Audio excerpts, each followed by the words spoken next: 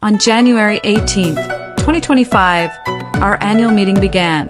Employees arrived with enthusiasm.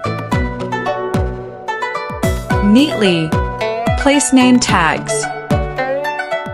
Our boss gave a speech, looking back and ahead, stressing unity of knowledge and action. The programs were wonderful, bringing the house down.